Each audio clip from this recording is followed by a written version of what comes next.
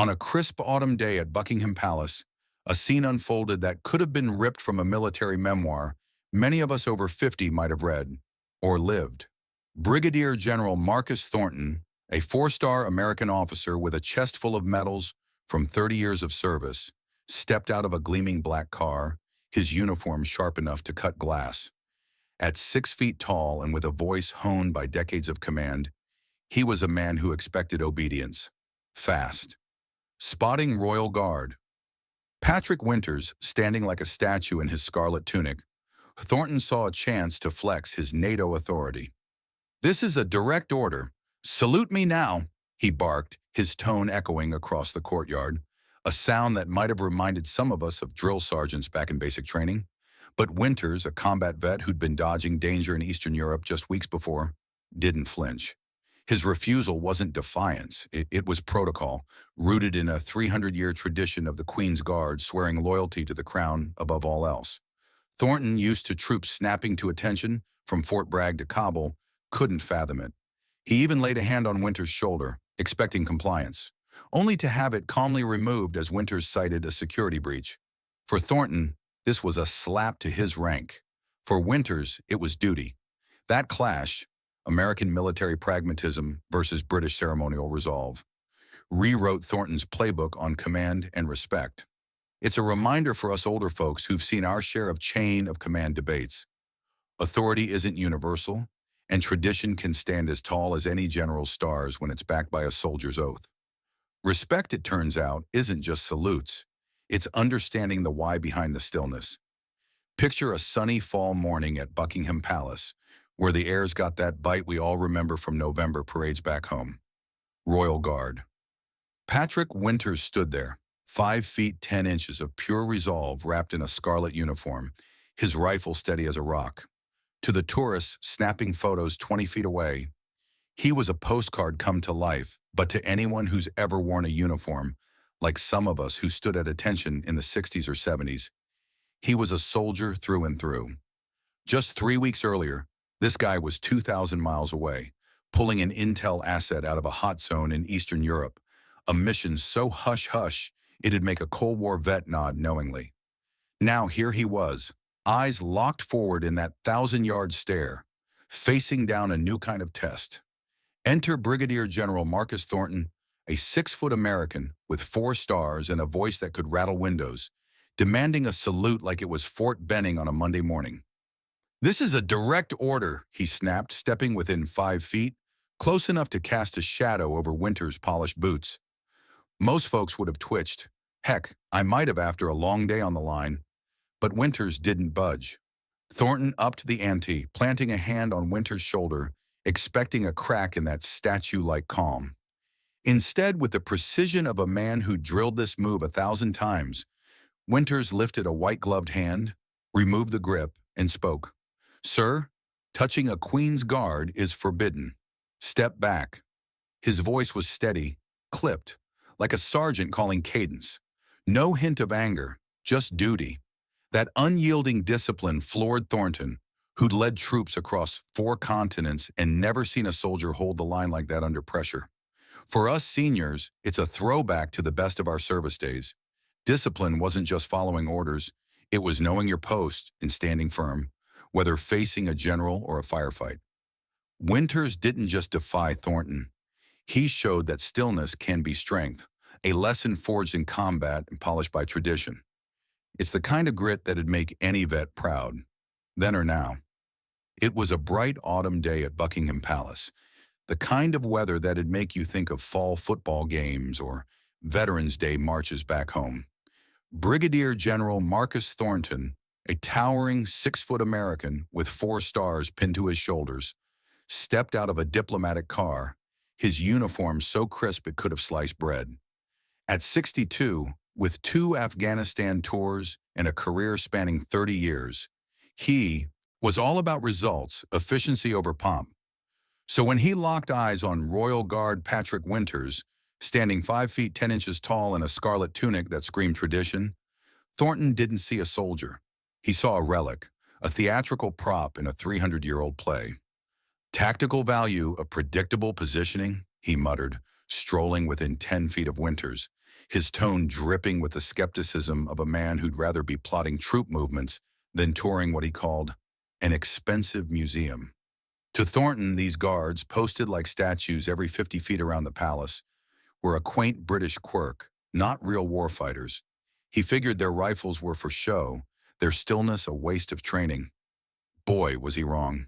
Winters, it turns out, had been dodging bullets in Eastern Europe just 3 weeks prior, a combat vet who could have run a 6-mile course with a 50-pound pack and still saluted the flag. Thornton didn't know that yet. He leaned in, barking, "Salute me now!" expecting NATO rank to trump what he saw as pageantry. When Winters held firm, Thornton's disdain grew. He even touched the guard's shoulder, scoffing at ceremonial rigidity.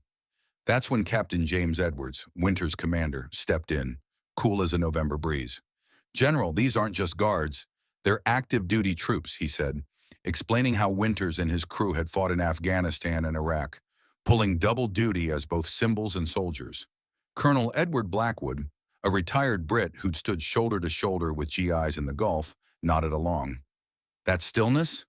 It's discipline, not decoration."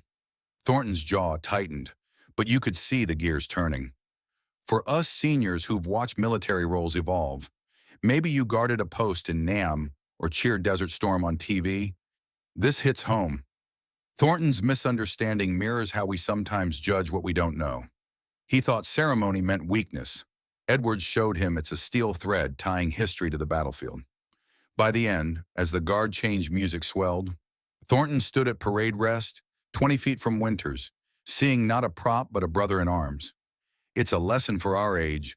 What looks old-fashioned might just be battle-tested, and dismissing it risks missing the real fight beneath the polish. The sun was high over Buckingham Palace that fall day, casting a glow on the stonework that'd make any American over 50 think of old war memorials back home. Brigadier General Marcus Thornton, a 6-foot American with 4 stars and a chest full of ribbons from 30 years of service, had just crossed a line.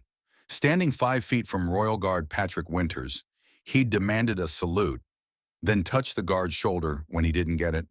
At 62, Thornton was used to troops jumping at his word, from bases 3,000 miles away in Texas to battlefields in Afghanistan.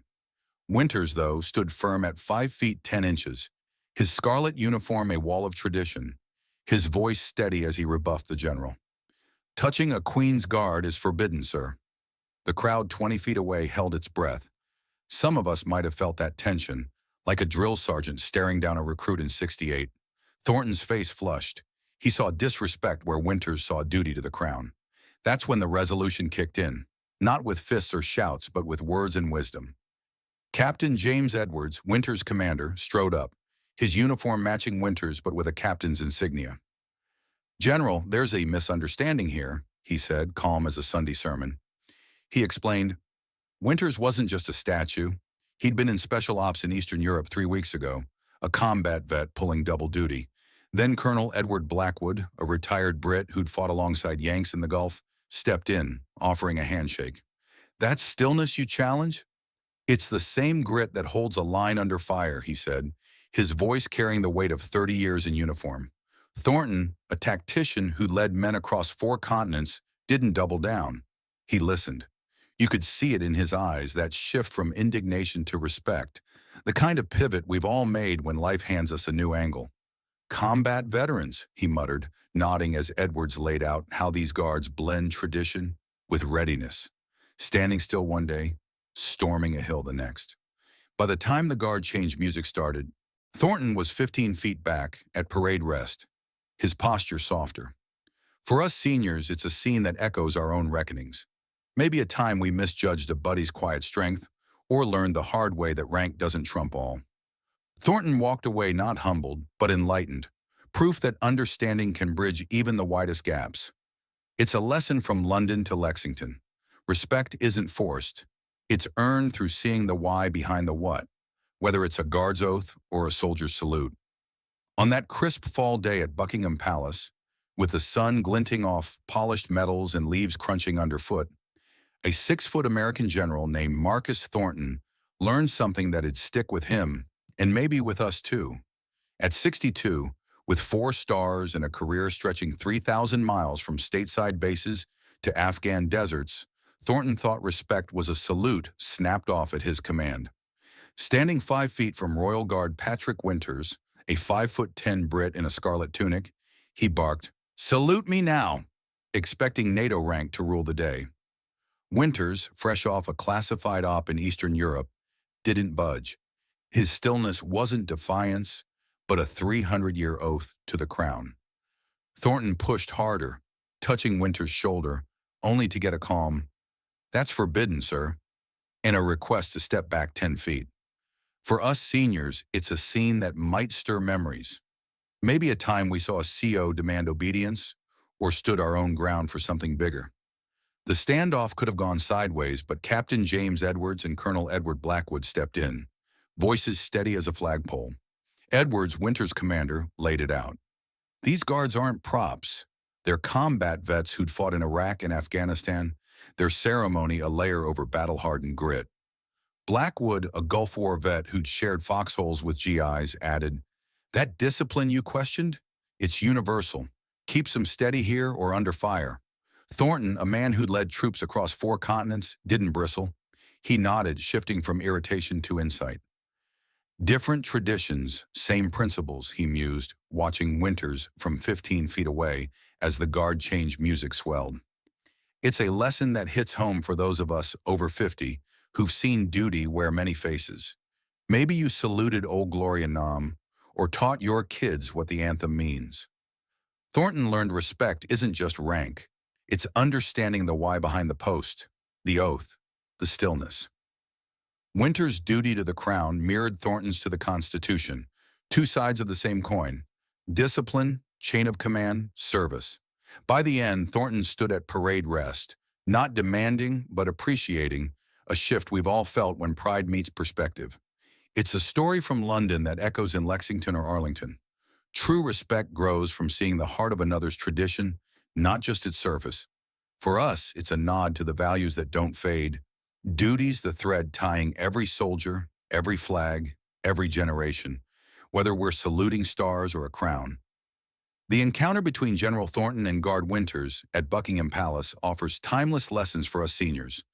Folks who've seen enough years to know life's not just about who's loudest or highest ranked. One big takeaway is that respect isn't demanded. It's earned through understanding.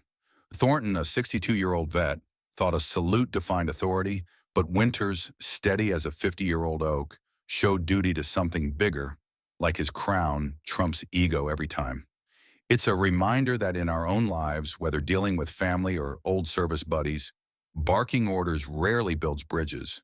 Instead, listening, like Thornton eventually did, reveals the strength beneath someone's surface. Another lesson? Discipline isn't just for soldiers, it's for us too. Winter's stillness, forged in combat and tradition, mirrors the patience we need facing grandkids' tantrums or a neighbor's stubbornness. Finally, it's about seeing the why behind actions. Thornton learned the guard's ceremony hid battle-ready grit. For us, that means pausing to appreciate a spouse's quiet habits or a friend's quirks. There's often more there than meets the eye. At our age, life's too short for snap judgments. Understanding deepens respect, and that's a legacy worth leaving.